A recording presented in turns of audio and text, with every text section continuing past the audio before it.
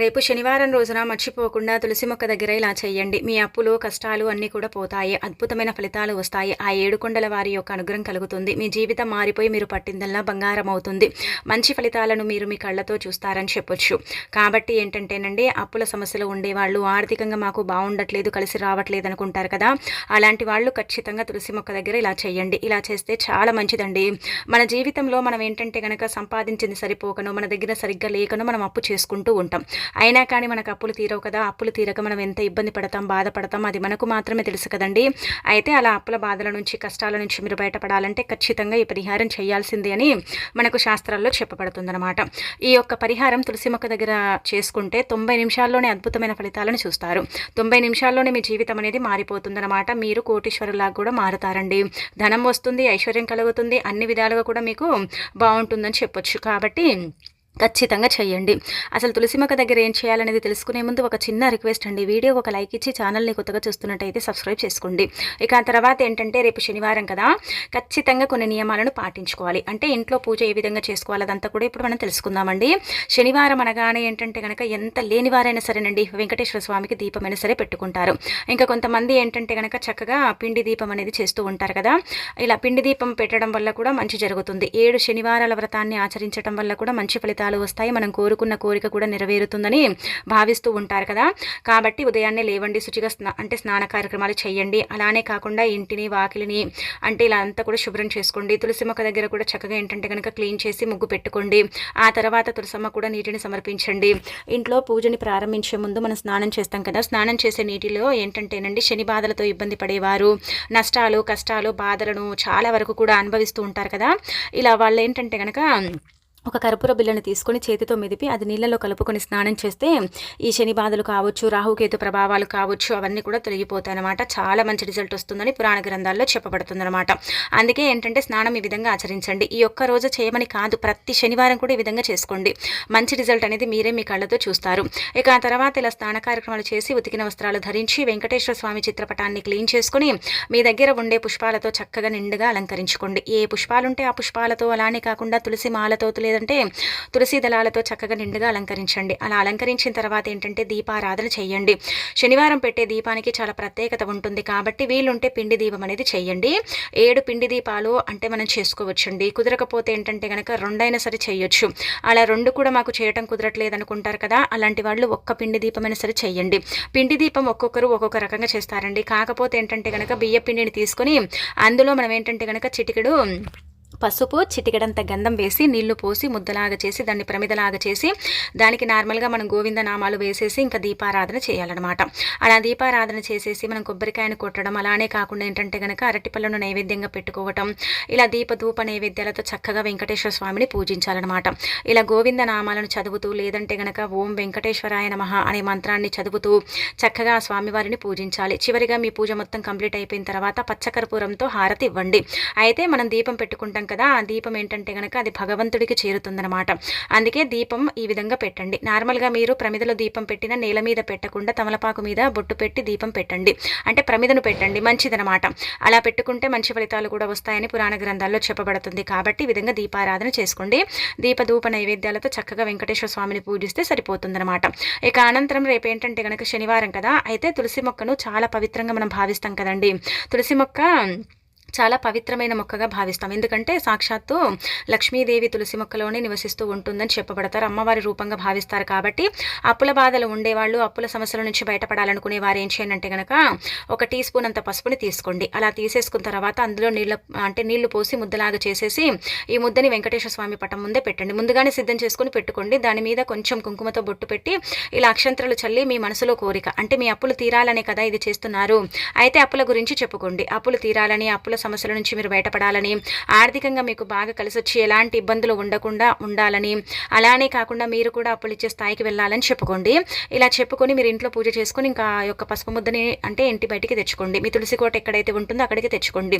తులసి మొక్క దగ్గరికి తెచ్చుకొని తులసమ్మకి ఏంటంటే కనుక చక్కగా నీటిని సమర్పించి నమస్కారం చేసుకొని అగరబత్తులు వెలిగించి ప్రదక్షిణలు చేసిన తర్వాత మీరు అంటే చుట్టారు కదా పసుపు ఉండ, ఆ ఉండని ఏంటంటే ఇంకొకసారి చేతిలో పట్టుకొని, అమ్మ మా అవసరం కోసం మేము చేశాను తల్లి, మా అప్పు తీరేలాగా చూడు, మేము కూడా అందరి అందరిలాగే అప్పులు ఇచ్చే స్టేజ్కి వెళ్ళేలాగా చూడమ్మా అని చెప్పుకొని ఆ తర్వాత మీరు ఏం చేయండి అంటే కనుక ఆ పసుపు ఉంటుంది కదండి, అంటే ముద్ద చేసాం కదా, ఆ పసుపు ముద్దను ఏంటంటే కనుక తులసి మొక్క మొదట్లో ఒక సైడ్కి కొంచెం మట్టిని తీసేసి అందులో పెట్టేసి మట్టిని కుడిపేయండి. ఎవరికి చెప్పకండి, ఇలా చేసామని చెప్పాల్సిన అవసరం కూడా లేదు. మన మంచి కోసం చేసుకుంటున్నాం, మన అప్పు తీరాలని చేస్తున్నాం, మనకు అప్పుల కూవిలో నుంచి మనం బయటపడాలని చేస్తున్నాం కాబట్టి ఎవరికి చెప్పాల్సిన అవసరమే లేదనమాట. ఇలా చేసేసి వదిలేయండి. ఇంకా పసుపు కదండి, మనం నీళ్లు పోసే కొద్దీ అదేంటంటే కనుక మట్టిలో ఇంకిపోతుందన్నమాట.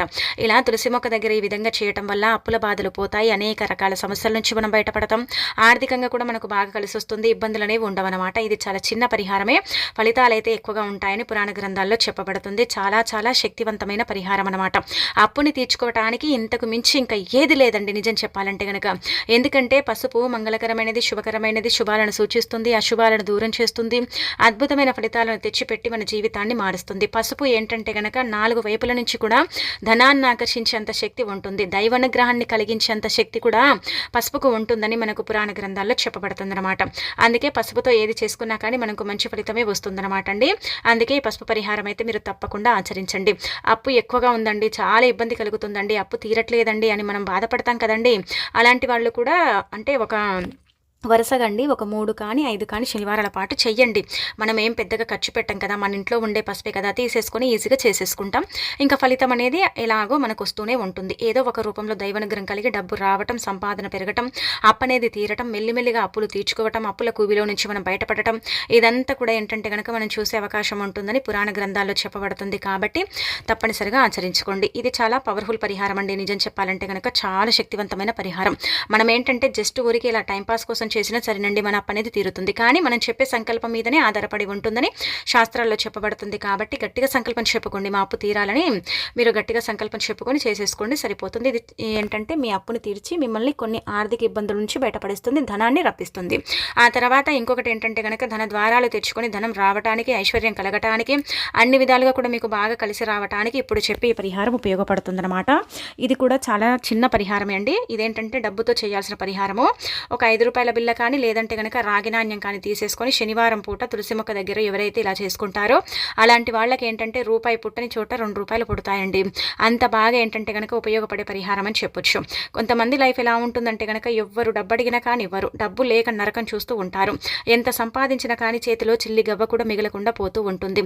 అలానే కాకుండా చాలా కష్టపడి ఇంత సంపాదించుకుంటామండి, అయినా కానీ మా దగ్గర ఏంటంటే కనుక ధనం అనేది ఉండదండి, అసలు ఏం చేయాలో మాకు తెలియదు, మాకు అర్థమే కాదని బాధపడతారు కదా. అలాంటి వాళ్ళకి ఏంటంటే ఇప్పుడు చెప్పే పరిహారం ఉపయోగపడుతుంది. ఇది మీరు ఎప్పుడు పడితే అప్పుడు చేయకండి. మనం పసుపు పరిహారం ఏంటంటే ఎప్పుడు చేసినా పర్వాలేదండి, కాకపోతే ఇది మాత్రం సంధ్యా సమయంలో చేసుకోండి. అలా చేస్తే చాలా మంచిదనమాట. ఆ సంధ్యా సమయంలో చేసుకోవటం వల్ల తొందరగా ఫలితాలు వస్తాయని మనకు పరిహార శాస్త్రంలో చెప్పబడుతుంది. అయితే ధనం ఎలా వస్తుందనేది మనం ఇక్కడ గమనించుకుంటే తులసి మొక్క మొదట్లో ఈ యొక్క 5 రూపాయల బిళ్ళ కానీ లేదంటే కనుక రాగి నాణ్యం ఉంది కదా, అది కానీ మనం పెట్టుకున్నప్పుడు తులసమ్మ ఏంటంటే కనుక మనని అనుగ్రహిస్తుందండి, ఆశీర్వదిస్తుందన్నమాట. అంటే ధన ప్రాప్తి కలగాలని, రుణబాధ తీరిపోవాలని, అద్భుతమైన ఫలితాలు రావాలని, మన జీవితంలోకి లక్ష్మీదేవి అనుగ్రహం రావాలని ఆ తల్లి ఏంటంటే గనక ఆశీర్వదిస్తుందన్నమాట. కాబట్టి మీరేంటంటే రాగి నాణ్యం దొరికితే రాగి నాణ్యం తీసుకోండి. రాగి నాణ్యం రాబడిని తెచ్చి పెడుతుంది. అయితే అందరి దగ్గర రాగి నాణ్యం ఉండదు, కొంతమందికి అసలు దొరకదు కదండి. అలాంటి వాళ్ళు ఏంటంటే 5 రూపాయల బిల్లుని తీసుకోండి. ఏది తీసుకున్నా కానీ నీళ్లతో కానీ పాలతో కానీ శుభ్రం చేయాలి. దాని మీద కొంచెం ఏంటంటే నెగిటివిటీ ఉంటుంది కాబట్టి దాన్ని శుభ్రం చేసుకుని ఆ తర్వాత తులసి మొక్క దగ్గర సాయంత్రం సంధ్యా సమయంలో మనం అగరబత్తులు వెలిగించి ప్రదక్షిణ చేసి పూజ చేస్తూ ఉంటాం కదా, ఆ సమయంలో మీరు ఏం చేయాలంటే కనుక తులసి మొక్క దగ్గర కొంచెం మట్టిని తీయండి. అంటే ఒక సైడ్కి అండి, మధ్యలో చేయకూడదు, వేర్ల దగ్గర ఒక సైడ్కి మరీ లోతుగా మట్టి తీయకండి, కొంచెమే పైపైన మట్టి తీసి 5 రూపాయల బిళ్ళ కానీ రాగి నాణ్యం కానీ ఏది ఉంటే అది పెట్టి మట్టిని కుడిపి రాత్రంతా ఉంచండి. ఇప్పుడు శనివారం రోజు సాయంత్రం 6 గంటలకు కానీ 7 గంటలకు కానీ చేసుకున్నారనుకోండి, అంటే సంధ్యా సమయంలో మనం దీపారాధన చేసుకుంటాం కదా తులసి మొక్క దగ్గర, అలా చేసేసిన తర్వాత మనం ఆ సమయానికి పెడితే మళ్ళీ తెల్లారిన తర్వాత తీయండి దాన్ని. అంతేకాని అప్పుడే పెట్టి అప్పుడే తీస్తే ఏం ఫలితం అయితే రాదు. ఒక రాత్రి తులసి మొక్క మొదట్లో అంటే ఆ 5 రూపాయల బిళ్ళ కానీ రాగి నాణ్యం కానీ నిద్రిస్తుంది కదా, అలా నిద్రించటం వల్ల అంటే అక్కడ పెడుతున్నాం కదా, రాత్రంతా ఉంటుంది కాబట్టి దాన్ని పవిత్రంగా భావించబడుతుందన్నమాట. అది చాలా శక్తిని కలిగి ఉంటుందన్నమాట. అలాంటి ఒక 5 రూపాయల బిళ్ళ కానీ రాగి నాణ్యం కానీ ఆ తర్వాత దాన్ని తీసుకొని మనం పర్సుల్లో కానీ జేబుల్లో కానీ పెట్టుకుంటాం కదా, అలా పెట్టుకోవడం వల్ల మన పర్సు ఎప్పుడు డబ్బుతో నిండిపోయి ఉంటుందన్నమాట. ధనం లేనే లేదు, మా పర్సు ఖాళీగా ఉంటుంది, మా పర్సులో రూపాయి కూడా ఉండదండి అని బాధపడతారు కదా, అలాంటి వాళ్ళకి ఏంటంటే మంచి ఫలితాలు వస్తాయని మనకు అంటే పరిహార శాస్త్రంలో చెప్పబడుతుంది. ఇది చాలా చాలా శక్తివంతమైన పరిహారం కాబట్టి మర్చిపోకుండా చేసుకోండి. చేసేసి రిజల్ట్ పొందండి. ఇక మీకు తిరుగుండదండి. చాలా వరకు కూడా ఏంటంటే గనక మంచి జరిగేలాగా చేసే పరిహారం, ధనాన్ని రప్పించుకునే పరిహారం కాబట్టి ఆచరించుకోండి. ఇక అనంతరం ఇంకొకటి తులసి మొక్క దగ్గర చేసుకోవాల్సిన పరిహారమే. ఇది కూడా చాలా చాలా శక్తివంతమైనదండి. ఇక్కడ చూస్తున్నారు కదా, ఈ వేర్లు యంత్రం అనమాట అండి. ఇది ఎందుకంటే గనక మనమంటే గిట్టని వారు మన మీద ఎన్నో చెడు ప్రయోగాలు చేస్తారండి. ఆ ప్రయోగాల వల్ల మనం ఎంత అలసిపోతామంటే గనక అంత అలసిపోతాము. ఆ ప్రయోగాలు మన జీవితాన్ని ఏంటంటే గనక ఇబ్బంది పెడుతూ ఉంటాయి, బాధలకు గురి చేస్తూ ఉంటాయి. కొంతమంది ఏంటంటే గనక చాతబడి చేస్తూ ఉంటారు. కొంతమంది అంటే చెప్పాలంటే మన ఎదుగుదల ఆపాలని చూస్తూ ఉంటారు. మన మీద కుళ్ళు, కుతంత్రలు ఇవన్నీ కూడా రగిలిపోతూ ఉంటాయి. మనకి ఏదో తెలియకుండానే నెగిటివిటీ అనేది స్ప్రెడ్ అయిపోతుంది, తాకుతుంది. గాలి రూపంలో వచ్చి తాకటం కానీ, ఎవరైనా ఏదో చేయించారనే అనుమానం ఉండటం కానీ, ఇలాంటివి సహజంగా మనకు జరుగుతూ ఉంటాయి. అలా జరిగినప్పుడు కావచ్చు, లేదంటే కనుక ఎవరైనా ఏదైనా చేయిస్తే మీ మీద అది తొలగట్లేదని మీరు బాధపడేటప్పుడు కావచ్చు, ఏం చేయండి కనుక ఈ తులసి వేర్లు ఉంటాయి కదా, అయితే మీరు ఈ తులసి వేర్ల కోసం తులసి మొక్కను మొత్తం పీకి పారేయకూడదండి. నీళ్లు పోసినప్పుడు ఏంటంటే కనుక తులసమ్మ పచ్చిగా, అంటే తులసి మొక్క పచ్చిగా అయిపోతుంది కదా, ఆ ప్రాంగణం అంతా కూడా నేల, అక్కడ ఏంటంటే కనుక గుబురుగా తులసమ్మ ఉంటే వేర్లు ఆటోమేటిక్గా అవి బయటికి వస్తాయి. అలా ఒకవేళ వేర్లను స్వీకరించండి. మనం పూజించే తులసి వేర్ల కంటే కూడా మనం పూజించని తులసి వేర్లు తీసుకున్నా మనకు అంతే ఫలితం వస్తుందన్నమాట. అలా మనం ఆ వేర్లను స్వీకరించిన తర్వాత మళ్ళీ మనం వాటిని పూజిస్తాం కాబట్టి ఇంకా మంచి ఫలితాలు ఉంటాయని ఇలా శాస్త్రాల్లో చెప్పబడుతుందండి. అందుకే మీరు ఏం చేయండి, గుర్తుపెట్టుకోండి, ఇలా తులసి మొక్క వేలను స్వీకరించి ఇంటికి తెచ్చుకోండి. ఇదేంటంటే తంత్రపరంగా, మంత్రపరంగా, యంత్రపరంగా మన మీద ఉండే చెడు ప్రయోగాల పరంగా, మనకుండే ఇబ్బందుల పరంగా, మనకుండే అనారోగ్య సమస్యల పరంగా ఈ యొక్క యంత్రం అనేది మనకు పనిచేస్తుంది. మరి యంత్రం ఎక్కడ దొరుకుతుందండి అంటే కనుక మనకి ఎక్కడైనా దొరుకుతుంది. బంగారం వెండి షాపుల్లో కావచ్చు, లేదంటే కనుక పూజ సామాగ్రి అమ్మే దగ్గర కావచ్చు. ఒక 30 రూపాయలు పెడితే యంత్రం వస్తుందండి. దానికి ఒక సైడ్ నుంచి ఏంటంటే కనుక క్యాప్ అనేది ఓపెన్ అవుతుంది, అంటే తీయొచ్చు, పెట్టొచ్చు. మనం ఏంటంటే ఇలా తెచ్చుకున్న తర్వాత మనం పూజ కార్యక్రమాలు అయిపోయిన తర్వాత వేర్లను స్వీకరిస్తాం కదా, నమస్కారం చెప్పుకోవాలండి. అమ్మ, మేము ఇది మా అవసరం కోసం తీసుకుంటున్నాం తల్లి, మేము తీసుకునే పరిహారం మాకు పనిచేసేలాగా చూడు తల్లి, మా జీవితం మారేలాగా చూడు, మాకు చాలా వరకు కూడా అనారోగ్య సమస్యలు ఉన్నాయి, ఆరోగ్యం సరిగ్గా ఉండదు తల్లి అని మీరు ఏంటంటే సంకల్పం చెప్పుకొని వేర్లను కొద్దిగానే తెచ్చుకోండి. మరి ఎక్కువగా అవసరం లేదు, ఎక్కువగా ఏం తెచ్చుకోకండి. తులసి మొక్కనైతే డ్యామేజ్ చేయకుండా చక్కగా తులసి వేర్లను స్వీకరించి ఇంటికి తెచ్చుకొని వాటిని ఏంటంటే డైరెక్ట్గా నేల మీద పెడితే దాని యొక్క పవర్ దిగిపోతుందన్నమాట. నేల మీద పెట్టకూడదు, ఏదైనా ఆకు మీద కానీ, లేదంటే ఒక చిన్న స్టీల్ ప్లేట్ మీద కానీ పెట్టండి. పెట్టి పూజ గదిలో పెట్టి ఆ వేర్ల మీద ఏంటంటే కనుక గుర్తుపెట్టుకోండి, చిటికెడంత కుంకుమ, చిటికెడంత పసుపు, కొన్ని అక్షంతలు పోసి మనం ఏంటంటే మనకు మంచి జరగాలని పూజించుకొని ఆ తర్వాత ఆ వేర్లను తీసి యంత్రంలో పెట్టి మళ్ళీ ఏంటంటే కనుక క్యాప్ను పెట్టి ఆ తర్వాత ఎరుపు రంగు అంటే దారంతో కానీ, నల్లటి దారంతో కానీ మీరు నడుముకు కట్టుకోవచ్చు, మెడలో ధరించవచ్చు, లేదంటే కనుక మీరు ఇలా మోచేయి కూడా అంటే మనం కట్టుకుంటాం కదండి, మనకి ఇక్కడ దగ్గర ఇలా కూడా మీరు కట్టుకోవచ్చు. మీకు ఎలా నచ్చితే అలా కట్టేసుకోండి. కానీ ఇది ధరించినప్పటి నుంచి చూడండి అనారోగ్య సమస్యలు ఎలా తొలగిపోతాయి, మీరు ఎలా ఆరోగ్యంగా ఉంటారు, మీకుండే ఇబ్బందులు ఎలా పోతాయి, ఇవన్నీ కూడా ఏంటంటే కనుక మీరు మీ కళ్ళతో చూస్తారండి, షాక్ అయిపోతారనమాట. అంత చక్కగా పనిచేసే పరిహారం అండి, అంత చక్కగా ఏంటంటే కనుక రిజల్ట్ని తెచ్చిపెట్టే పరిహారం అనమాట. ఇక మీకు తిరుగుండదని చెప్పుకోదగ్గ విషయం కాబట్టి తప్పకుండా ఏంటంటే పరిహారం అనేది చేసుకోండి. ఇలా చేసేసి ఏంటంటే రిజల్ట్ పొందండి. మీ మీద ఉండే చెడు ప్రయోగాలు కావచ్చు, భయంకరమైన ప్రయోగాలు కావచ్చు, ఇబ్బందులు, బాధలు ఉంటాయి కదా, అవన్నీ కూడా పోగొట్టుకోండి. ఎలాంటి అంటే సమస్యలు అనేవి రావు, చాలా చక్కగా ఉంటారు. అలానే కాకుండా అనారోగ్యంతో పాటు మీ మీద ఉండే కొన్ని ప్రయోగాలు కూడా ఏంటంటే కనుక వెళ్ళిపోతాయి అనమాట. ఆ ప్రయోగాల నుంచి కూడా మీరు బయటపడే అవకాశం అయితే ఉంటుందండి. కాబట్టి ప్రయత్నించుకోండి. ఇది చాలా చాలా శక్తివంతమైన పరిహారము.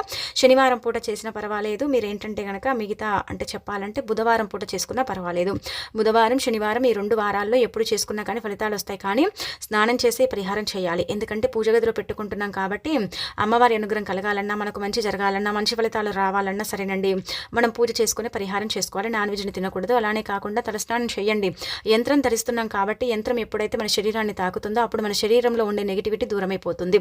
ఆ యంత్రం ఏంటంటే మనని కాపాడుతూ ఉంటుంది, దైవానుగ్రహాన్ని ఇస్తూ ఉంటుంది, మన జీవితాన్ని మార్చేస్తుంది అనమాట. అందుకే ఇలా ధరించండి. ఎన్ని రోజులు పెట్టుకోవాలనిపిస్తే అన్ని రోజులు పెట్టండి. మ్యాక్సిమం ఏంటంటే 21 రోజులు, అలానే కాకుండా 3 నెలలు, 2 నెలలు, 2 నెలల 16 రోజులు, ఇలా నెల రోజులు కూడా పెట్టుకోవచ్చు. ఒకవేళ తీసేయాలనిపిస్తే దాన్ని తీసేసి ఏదైనా ఒక చెట్టు మొదట్లో పడేయండి.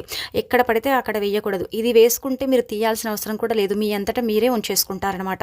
అంత చక్కగా మనకు పనిచేయటం అనేది జరుగుతుందండి. అంత బాగా రిజల్ట్ అనేది వస్తుందన్నమాట. చాలా చాలా శక్తివంతమైన పరిహారాలు కాబట్టి వీటిని ఆచరించేసి రిజల్ట్ అనేది పొందండి. తులసి మొక్కే కదనుకోకండి, తులసి మొక్క అంటే సాక్షాత్తు లక్ష్మీదేవి రూపంగా భావిస్తాం కాబట్టి అద్భుతమైన రిజల్ట్ని అయితే మనం చూడటానికి అవకాశం ఉంటుంది. 100% ఫలితాలు అయితే వస్తాయని చెప్పొచ్చు.